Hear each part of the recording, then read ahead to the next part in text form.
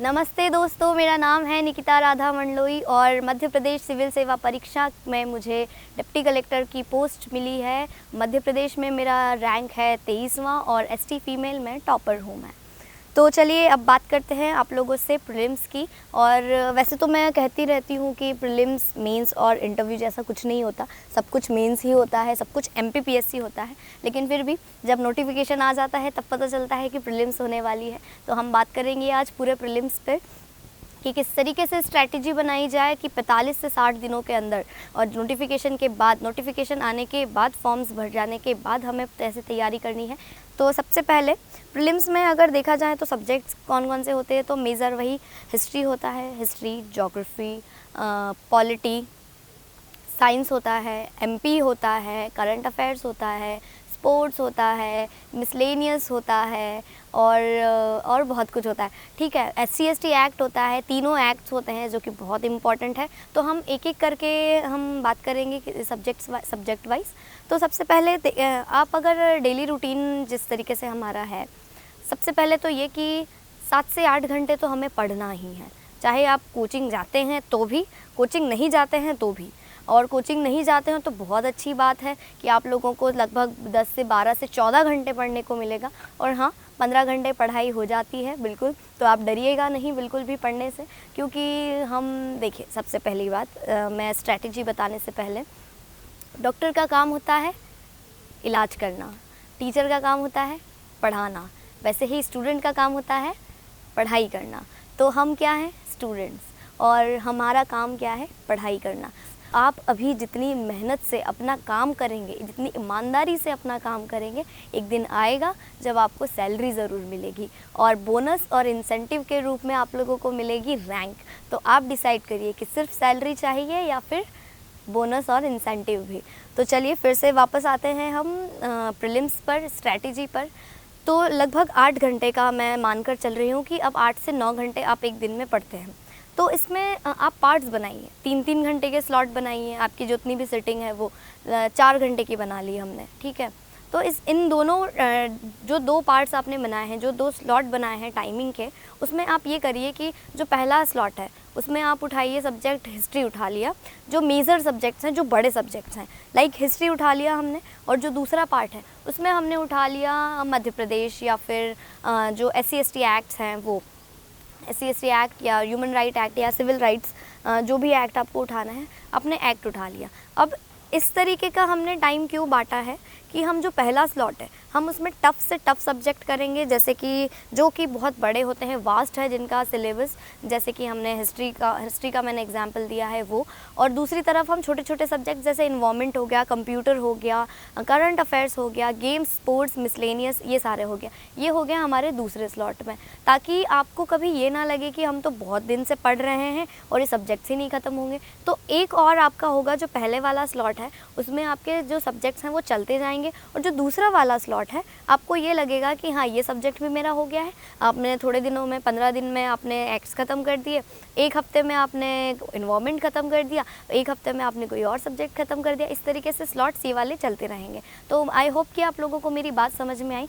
तो टाइमिंग हमें ऐसे ही बनानी है कि एक तरफ हमने टफ सब्जेक्ट उठाए हैं, जो कोर सब्जेक्ट्स हैं, जो बड़े सब्जेक्ट्स हैं वो, और दूसरी तरफ हमने उठाए हैं ऐसे सब्जेक्ट्स जो जल्दी जल्दी ख़त्म होंगे, ताकि आपके दिल को भी तसल्ली हो जाए कि हाँ, हमने कुछ सब्जेक्ट्स जो है वो ख़त्म कर दिए हैं। तो ये तो बात सब्जेक्ट्स की थी। अब पढ़ना कैसे है और पढ़ना क्या क्या है। अब आप कोशिश करिएगा कि जितनी भी किताबें हैं, जो बहुत सारा मटेरियल है, उनसे थोड़ा सा दूर रहें। किस तरीके से? जैसे कि हम हिस्ट्री के लिए, मैं अपने मटेरियल की बात करती हूँ। तो मैं पढ़ती थी हिस्ट्री में यूनिक पब्लिकेशन की किताबें। यूनिक पब्लिकेशन मैंने पिछले वीडियो में भी बताई थी कि यूनिक पब्लिकेशन की जो किताबें हैं वो बहुत अच्छी है, इजी लैंग्वेज है बहुत। तो यूनिक पब्लिकेशन की मैं किताबें पढ़ती थी। तो अब समय था कि उन किताबों को रख दो प्रीलिम्स के हिसाब से। अगर आप मेंस देना चाहते हैं और मेंस की भी तैयारी कर रहे हैं तो आप बिल्कुल पढ़िए, लेकिन जो एक समय होता है जब आपको सिर्फ प्रीलिम्स पे ध्यान दे देना चाहिए, ताकि वो आप बहुत ईजी वे में, बहुत ईजीली पेपर सॉल्व करके आप ईजीली पेपर निकाल लें। तो हाँ, मैं बोल रही थी कि प्रीलिम्स आपने यूनिक पब्लिकेशंस की या जो भी बड़ी बड़ी किताब हैं, थोड़ा सा उन्हें साइड में रखिए। और अब हम उठाते हैं लूसेंट।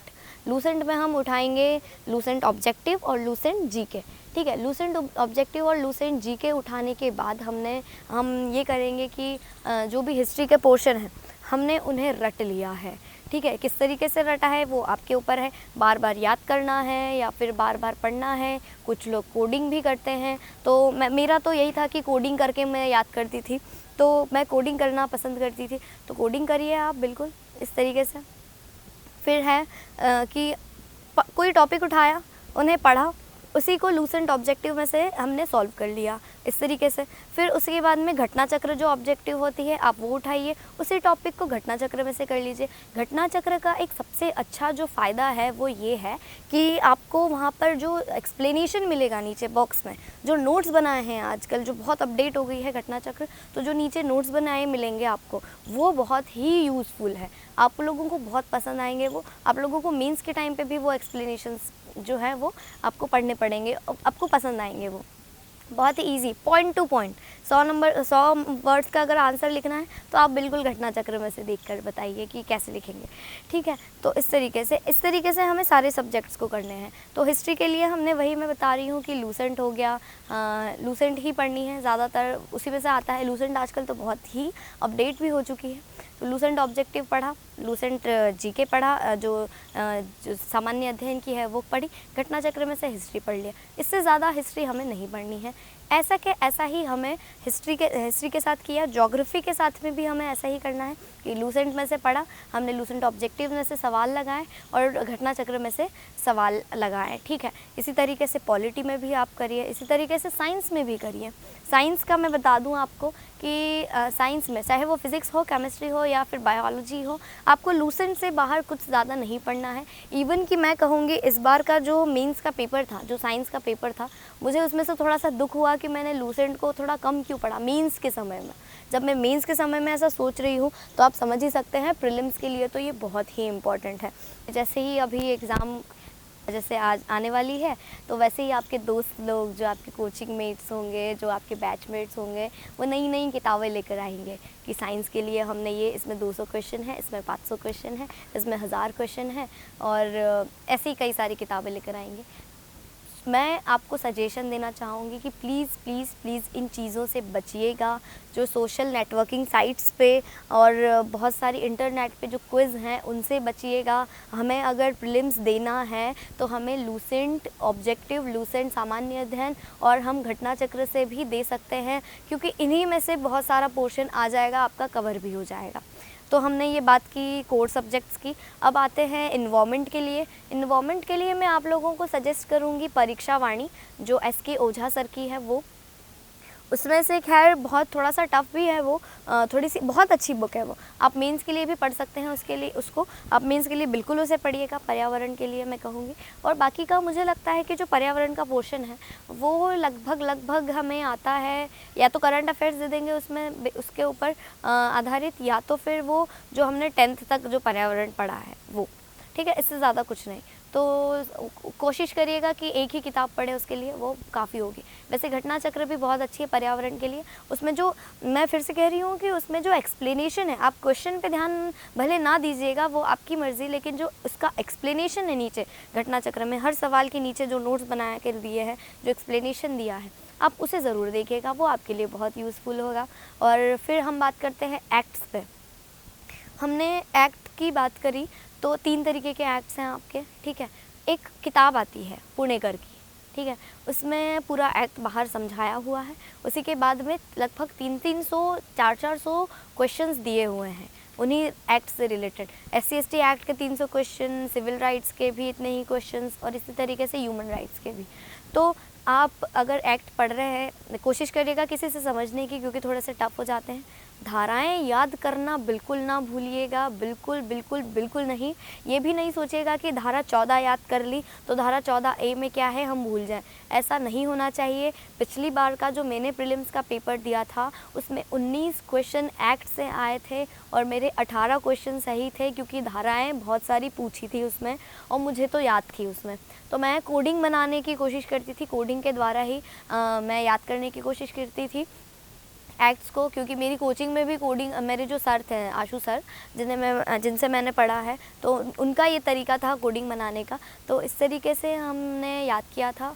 और कई सारी धाराएँ ऐसी पूछी गई थी कि उसमें आप कि धारा 14B में क्या है, धारा जो सिविल राइट्स हैं उसमें उसकी धारा 12B में क्या है, कुछ इस तरीके के क्वेश्चन।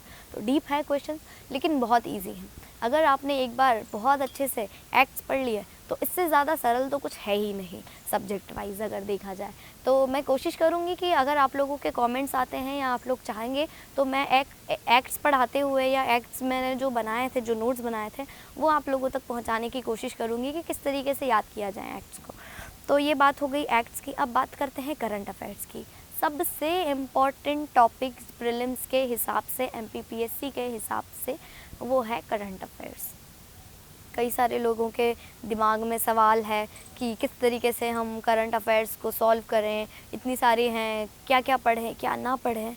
तो मैं कुछ चीज़ें बताऊंगी, अगर आप लोगों को सच में मानना है, क्योंकि मेरा तरीका यही था और इसी तरीके के बल पे मैंने प्रीलिम्स वहाँ पर बहुत अच्छे नंबर्स उससे निकाली है।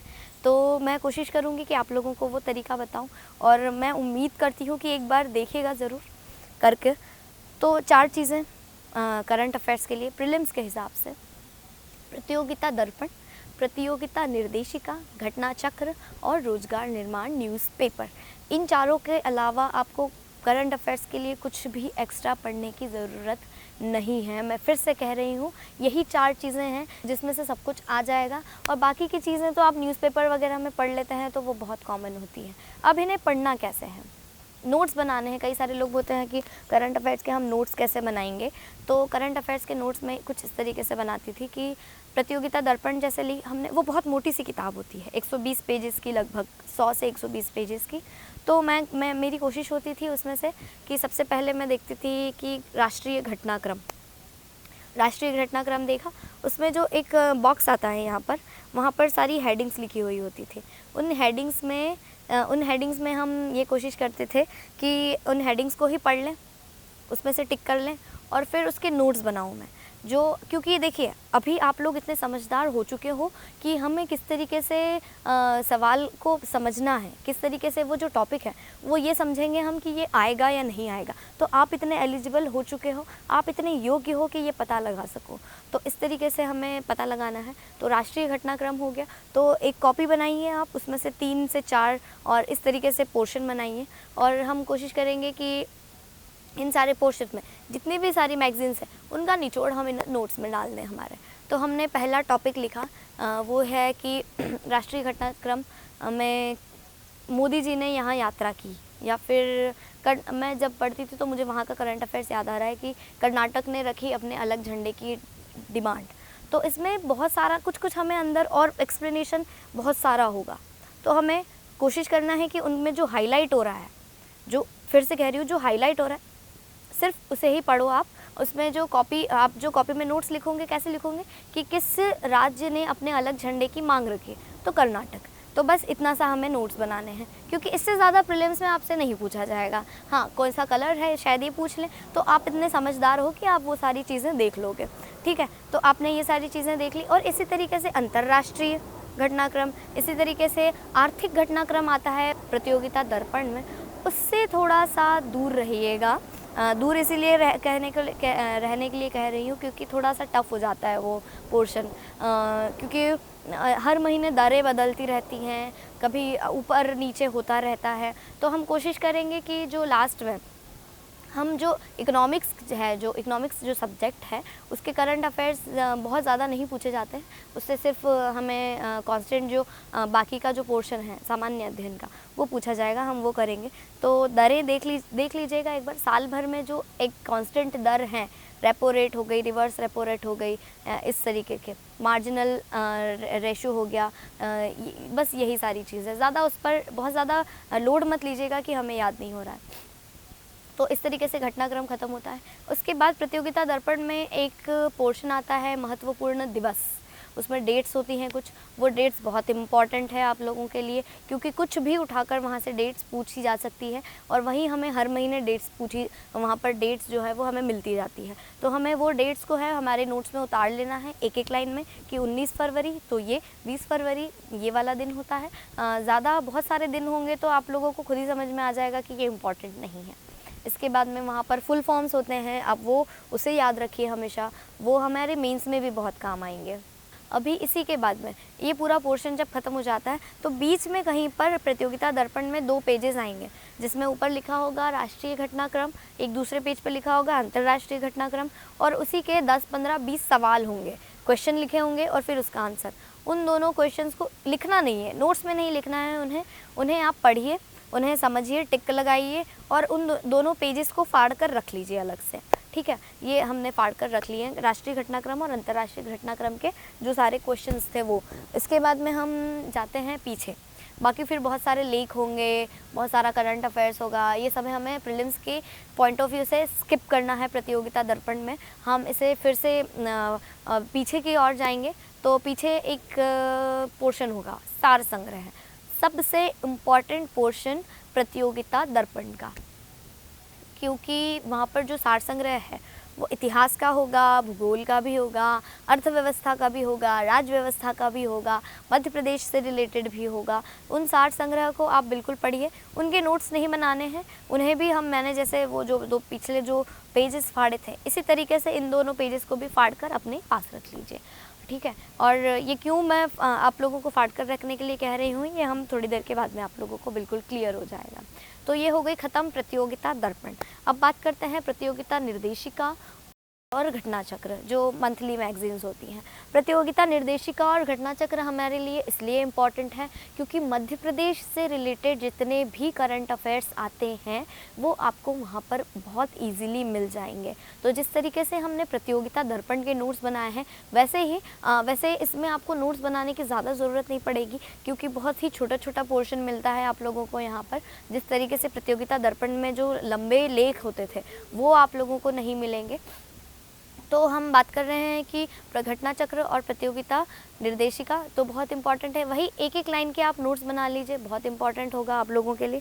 आप लोगों को अच्छा लगेगा जानकर कि जो पिछली बार प्रतियोगिता निर्देशिका का यादें 2017 जब आई थी, उसकी जो ईयरली मैगज़ीन थी, उसका जो पहला ही करंट अफेयर था कि भारत पाकिस्तान ने एक सूची आदान प्रदान करती हैं, वो कितने साल हो गए हैं उसे, यही करंट अफेयर्स हमारे प्रीलिम्स के क्वेश्चन पेपर में था। तो बिल्कुल बहुत चांसेस हैं इन दोनों मैगजीन्स में से क्वेश्चन आने की और बहुत इंपॉर्टेंट है। तो इससे ज़्यादा करंट अफेयर्स आप क्या पढ़ेंगे। अब चौथी चीज़ मैंने जो बताई थी वो थी रोजगार और निर्माण न्यूज़पेपर, जो कि वीकली होता है, हर मंडे को आता है। आपको बिल्कुल ख़रीदना है ये न्यूज़पेपर, बिल्कुल लगाना है। इस न्यूज़पेपर के साथ में भी कुछ ऐसा ही, ये इसलिए इम्पॉर्टेंट है क्योंकि ये मध्य प्रदेश सरकार का हमारा न्यूज़पेपर है और कई सारी आपको योजनाएं यहाँ पर मिलेगी, कई सारे जो स्कीम्स हैं, जो क्वेश्चंस हैं, जो करंट अफेयर्स हैं, जो मध्य प्रदेश से रिलेटेड जितनी भी बातें हैं आपको इस न्यूज़पेपर में बहुत ईजीली मिल जाएंगी। इसी तरीके से रोजगार निर्माण न्यूज़पेपर भी पढ़ना है। रोजगार निर्माण न्यूज़पेपर में एक कॉलम आता है, उस कॉलम का मुझे नाम याद नहीं है, सिर्फ इतना कि इस हफ्ते का घटनाक्रम कुछ इस तरीके से, और एक पेज होगा, मोस्टली वो लेफ़्ट साइड में आता है और उसमें एक बॉक्सेस में ऐसे इस तरीके से बॉक्स बने होते हैं और उस एक पेज में लगभग बहुत पूरा करंट अफेयर्स आ जाता है। तो उन बॉक्सेस की एक एक पहली लाइन पढ़िए, अगर इम्पॉर्टेंट लगती है तो बिल्कुल आप अपनी कॉपी में उतार लीजिए एक लाइन में। फिर से कह रही हूँ, करंट अफेयर्स के नोट्स बनाने के लिए आपको 1 से 2 लाइन बहुत होती है एक करंट अफेयर को लिखने के लिए, इससे ज़्यादा हमें प्रीलिम्स के पॉइंट ऑफ व्यू से नहीं लिखना है। और फिर से रोजगार और निर्माण न्यूज़पेपर पर आते हैं।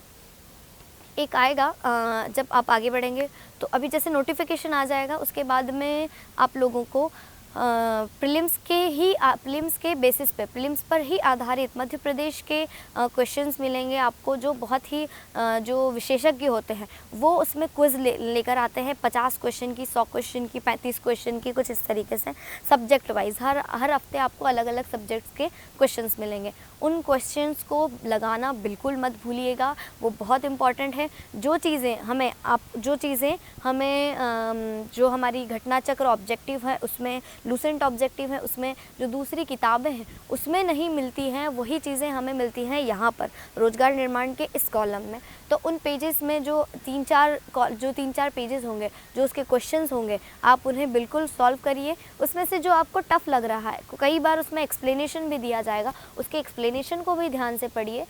जैसे कि मुझे याद है पिछली बार का जो क्वेश्चन था कि सार्थवाह किसे कहते हैं, ये प्रीलिम्स का क्वेश्चन था कि सार्थवाह किसे कहते हैं, और इसका आंसर, इसके जो ऑप्शंस थे वो थे कि ब्राह्मण, क्षत्रिय, वैश्य या शूद्र। तो इसका आंसर है वैश्य। और यही क्वेश्चन डिट्टो अभी भी मेरे पास में वो पेज है, रोजगार निर्माण के ही एक क्वेश्चन पेपर में आया हुआ था कि सार्थवाह वैश्यों को कहा जाता था, क्योंकि जब भी राजा जब अपने उसमें निकलते थे, दौरे पर निकलते थे, तो वो वैश्यों को साथ में लेकर चलते थे और इसीलिए उन्हें सार्थवाह कहा गया है, शूद्रों के अतिरिक्त। तो ये एक्सप्लेनेशन मुझे किसी किताब में नहीं मिला, ये एक्सप्लेनेशन मुझे मिला था रोजगार निर्माण न्यूज़पेपर में। तो ये आपके ऊपर डिपेंड करता है कि अब आप कितना उन्हें सीरियस लेते हैं। तो इसी तरीके से जो सारे क्वेश्चंस हैं उन्हें भी फाड़ कर, उन पेजेस को 4-5 पेजेस होंगे, उन्हें पहले पढ़ेंगे, उनके डाउट्स लिखेंगे, उन्हें याद करेंगे और फिर उन्हीं पेजेस को फाड़ कर रख लेंगे जो हमने बाकी पेजेस हमें फाड़े थे। तो अब ये पेजेस हमने क्यों फाड़े हैं, एक बात, अभी जब आपका एग्ज़ाम के 2 दिन पहले होगा, एक समय आएगा जब आपको समझ नहीं आएगा कि हमें क्या पढ़ना है, कौन सी किताब पढ़े, रिवीजन कैसे करें, तब आपकी ये जो फाइल बन रही है, जो मैंने बताई है कि पेजेस फाड़ कर लगाने हैं जिसमें, तो ये जो फाइल बनेगी इसे आपको एग्ज़ाम के 1 दिन पहले रिवाइज़ करनी है, क्योंकि जैसा मैंने बताया सार संग्रह में सारे सब्जेक्ट्स कवर होंगे, इतिहास, भूगोल, अर्थव्यवस्था, राज्यव्यवस्था, करंट अफेयर्स, सब कुछ। आपके जो नोट्स बनाए हैं आप उससे करंट अफेयर्स कवर करेंगे, और आपने जो रोजगार निर्माण के न्यूज़पेपर के जो पेजेस फाड़े हैं वो उससे आपके कवर होंगे बाकी के सब्जेक्ट्स और क्वेश्चंस। तो हमें 1 दिन पहले सिर्फ क्या पढ़ना है, ये जो सारी चीज़ें हमने फाड़ कर रखी हैं वो, ठीक है। अब बात करते हैं, करंट अफेयर्स हो गया, पर्यावरण भी हो चुका है। इकोनॉमिक्स का लोग पूछते रहते हैं कि इकोनॉमिक्स कैसे पढ़ें। जितनी लूसेंट में इकोनॉमिक्स के क्वेश्चंस दिए हैं उससे ज़्यादा हमें कुछ नहीं पढ़ना है। कई बार आप लोगों को जो क्वेश्चंस हैं, लूसेंट ऑब्जेक्टिव भी पढ़ रहे हो आप, तो उसमें कई सारे ऐसे पार्ट्स आएंगे जो आपको थोड़े से टफ़ लग रहे होंगे कि हमें समझ में नहीं आ रहा, बहुत ही टफ़ है। चाहे वो हिस्ट्री हो, हिस्ट्री में तो खैर कम ही ऐसा होता है, लेकिन ज्योग्राफी में बिल्कुल ऐसा होता है, और इकोनॉमिक्स में भी ऐसा होता है कि लूसेंट ऑब्जेक्टिव में हमें बहुत सारी चीज़ें हमें समझ में नहीं आती है, तो उन्हें छोड़ दीजिए आप, क्योंकि बहुत इंपॉर्टेंट नहीं होते हैं वो। अगर आपको बहुत समझ में नहीं आ रहे हैं तो बिल्कुल आप छोड़ सकते हैं उन्हें। इसी तरीके से इकोनॉमिक्स हमने लूसेंट की जो जीके की बुक है हम उसी में से पढ़ेंगे, चाहे इंग्लिश मीडियम हो या चाहे हिंदी मीडियम, उससे ज़्यादा कुछ नहीं पूछा जाता। इसके बाद में और जो सारे सब्जेक्ट्स हैं, एमपी सबसे इम्पॉर्टेंट, एमपी जो मध्य प्रदेश है, पिछली बार जो प्रीलिम्स हुआ 2018 का जो मैंने दिया था उसमें कई सारे क्वेश्चंस थे मध्य प्रदेश से रिलेटेड, चाहे वो फिर करंट अफेयर्स हो या फिर स्टैटिक्स हो। तो मैंने एक चीज़ एनालाइज़ की कि जो भी मध्य प्रदेश का जो भी पोर्शन था वो बहुत इजी था अगर पढ़ते अच्छे से। तो जिन लोगों ने पढ़ा होगा, मैंने भी पढ़ा था, खैर मेरे 15 सवाल सही थे उसमें से, काफ़ी अच्छे क्वेश्चंस थे। और ये मैंने रियलाइज़ किया कि वो जो सारे क्वेश्चंस थे वो आए उसी में से जिसमें से मैंने पढ़ा था। मैंने क्या चीज़ें पढ़ी थी मध्य प्रदेश के लिए, प्रतियोगिता निर्देशिका, घटना चक्र और रोजगार निर्माण मध्य प्रदेश के करंट अफेयर्स के लिए। इसके अतिरिक्त मैंने जो किताबें पढ़ी थी वो थी कि भदौरिया, जो टाटा मैग्रा हिल जो पब्लिकेशन होता है उसकी हिंदी मीडियम और इंग्लिश मीडियम दोनों में जो किताब आती है मध्य प्रदेश की, आप वो बिल्कुल लीजिए, उसमें गलतियां होने के थोड़े से कम चांसेस हैं। और कई सारी किताबें हैं, पुणेकर है, अरिहंत है, हिंदी ग्रंथ अकादमी है, और कोई सारी छोटी छोटी सी किताबें मिल जाएंगी आपको, मार्केट्स में अवेलेबल होंगी। कोशिश करिएगा मध्य प्रदेश के लिए आप बहुत सारी किताबें पढ़ने से बचिए, क्योंकि गलतियाँ जो मध्य प्रदेश के जो फैक्ट्स हैं वो आप लोगों को पता चलेंगे कि इसमें अलग दिया है और इसमें अलग दिया हुआ है। तो आप कोशिश करिएगा कि एक ही किताब चुनिए। तो मैंने तो भदौरिया से पढ़ी थी, जो TMH पब्लिकेशन की किताब होती है, और उसी में से मैं पूरी सेटिस्फाइड भी हूँ उसे लेकर। इसी तरीके से मध्य प्रदेश हमने कवर किया। मध्य प्रदेश का हमें यही बुक हमें मेंस के टाइम पर भी चलानी है। मेंस के टाइम पर भी आप लोगों को बहुत कन्फ्यूजन होगा कि किस में से पढ़े, लेकिन कोशिश करिएगा कि हम अभी इसी में से पढ़ेंगे भदौरिया में से या TMH में से, या एक दो और आप किताबें देख सकते हैं, लेकिन ज़्यादा विश्वास मत करिएगा क्योंकि मार्केट में बहुत सारी चीज़ें अवेलेबल हैं। ठीक है। सबसे इम्पॉर्टेंट, मध्य प्रदेश के क्वेश्चंस कैसे सॉल्व करें। मध्य प्रदेश के क्वेश्चंस के लिए पुणेकर पब्लिकेशन का मार्केट में अभी ऑब्जेक्टिव एक बुक अवेलेबल हुई है, आप उसे पढ़िए, वो बहुत अच्छी किताब है। अगर आपको कोई डाउट हो रहा है तो आप बिल्कुल किताबों से, उस दूसरी किताबों से क्रॉस चेक कर सकते हैं। अभी तक मध्य प्रदेश सब्जेक्ट के लिए ऑब्जेक्टिव नहीं आया था, लेकिन अभी आया है और वो बहुत अच्छी किताब है, आप लोगों उसके लिए बिल्कुल यूज़ कर सकते हैं। और बाकी के जो भी सब्जेक्ट्स हैं, कंप्यूटर है, जैसे कि इस बार काफ़ी सारे क्वेश्चंस आए थे कंप्यूटर से और कुछ टफ भी थे, तो कंप्यूटर के लिए आप कोई भी किताब ले लीजिए जो भी आपके पास में है, चाहे वो अरिहंत की हो, लूसेंट की भी आती है, वो ले लीजिए, लेकिन अच्छे से पढ़िएगा। और ये 2-3 दिन के सब्जेक्ट्स होते हैं, आप इस पे ज़्यादा लोड मत लीजिएगा क्योंकि वही सारे क्वेश्चंस पूछे जाएंगे जो आप लोगों को हमने बचपन से हम जो पढ़ते आ रहे हैं, कुछ इस तरीके से। सबसे इम्पॉर्टेंट बात जो मुझे आप लोगों को कहनी है, अगर आप लोग देख रहे हैं मुझे, तो प्लीज़ प्लीज़ प्लीज़ इंटरनेट और जो सोशल नेटवर्किंग साइट्स हैं वो, और जो क्विज़ होती हैं, ऑनलाइन क्विज़, जो ऐप्स होते हैं, उनसे प्लीज़ थोड़ा सा दूर रहिएगा। आप कोई फैक्ट है जो आप सर्च करना चाहते हैं और वो आपको एक साइट पे कोई और मिलेगा, दूसरी नेटवर्किंग साइट पे कुछ और मिलेगा, तो इस तरीके से आप लोगों को थोड़ी सी प्रॉब्लम हो सकती है। और मैं कोशिश यही करती थी कि मैं किताबों में ज़्यादा ध्यान अपना लगा सकूं और किताबों से ही अपने डाउट्स क्लियर कर सकूं। तो और जो लोग सजेस्ट करते हैं कि ये ऑनलाइन क्विज़ लगा लो या ये टेस्ट सीरीज़ ऑनलाइन आई है वो लगा लो, तो कई सारे बहुत ही बकवास से सवाल भी होते हैं, मैं बिल्कुल कहूँगी। तो कोशिश करिएगा कि जो कोचिंग्स में अवेलेबल हैं, टेस्ट सीरीज़ अवेलेबल हैं, आप वो दीजिए। बिल्कुल आपको कोचिंग्स की जो टेस्ट सीरीज़ होती है वो बढ़िया होती है, उसमें कुछ ज़्यादा सवाल इधर उधर नहीं होते हैं, लेकिन जो ऑनलाइन होती है, जो ऐप्स होते हैं, उनसे थोड़ा सा बचने की कोशिश करिएगा। और इसके अतिरिक्त बस एक ये है कि अपनी डेली रूटीन सही रखिए, अपना खान पान पे ध्यान दीजिए, डाइट सही होनी चाहिए, नींद सबसे इम्पॉर्टेंट है। मैं पावर नैप में बहुत ज़्यादा विश्वास करती हूँ। जहाँ पर भी आप पढ़ रहे हैं, जिस भी कंडीशन में है, उसी कंडीशन में सिर टिकाकर आप सो जाइए, एक पावर नैप लीजिए। पावर नैप कभी भी बिस्तर पर लेने की कोशिश मत कीजिएगा, वरना वो 3-4 घंटे की नींद बदल जाएगी। स्मार्ट स्टडी कैसे करना है ये आपके ऊपर डिपेंड करता है। तो स्मार्ट स्टडी का एक ये तरीका है कि आप खुद पर भी ध्यान दीजिए, आप नींद कंप्लीट लीजिए, खुद को आराम भी दीजिए, अपनी हॉबीज़ को भी थोड़ा सा समय दीजिए। ये कहीं ना कहीं सपोर्ट सिस्टम होते हैं। और सिलेबस हमें पॉइंट टू पॉइंट इस तरीके से याद होना चाहिए कि कोई नींद से भी जगह अगर पूछे ना कि इतिहास का सिलेबस बताओ या इस सब्जेक्ट का बताओ, तो हमें याद होना चाहिए। और इसी तरीके से ओल्ड क्वेश्चन पेपर्स को भी आप बार बार देखिए, कई बार क्वेश्चंस रिपीट होते हैं, इस बार भी क्वेश्चंस रिपीट हुए थे। आने वाले जो आपका पेपर है उसमें भी कुछ क्वेश्चंस रिपीट होंगे, ऐसी पूरी उम्मीद है। और ना भी हो तो आपको पैटर्न तो समझ में आ ही जाता है। तो चलिए आज के लिए इतना ही। उम्मीद करती हूँ कि प्रीलिम्स से रिलेटेड आपके जितने भी डाउट्स हैं वो क्लियर हुए होंगे। और अगर आपको फिर भी कोई डाउट है तो आप बिल्कुल कमेंट करिए, आप हमें बताइए। हम कोशिश करेंगे कि अगले वीडियो में किसी भी तरीके से आपके डाउट्स क्लियर करें। तो और अधिक जानकारी के लिए देखते रहिए डेली नॉलेज ट्रैक। जय हिंद।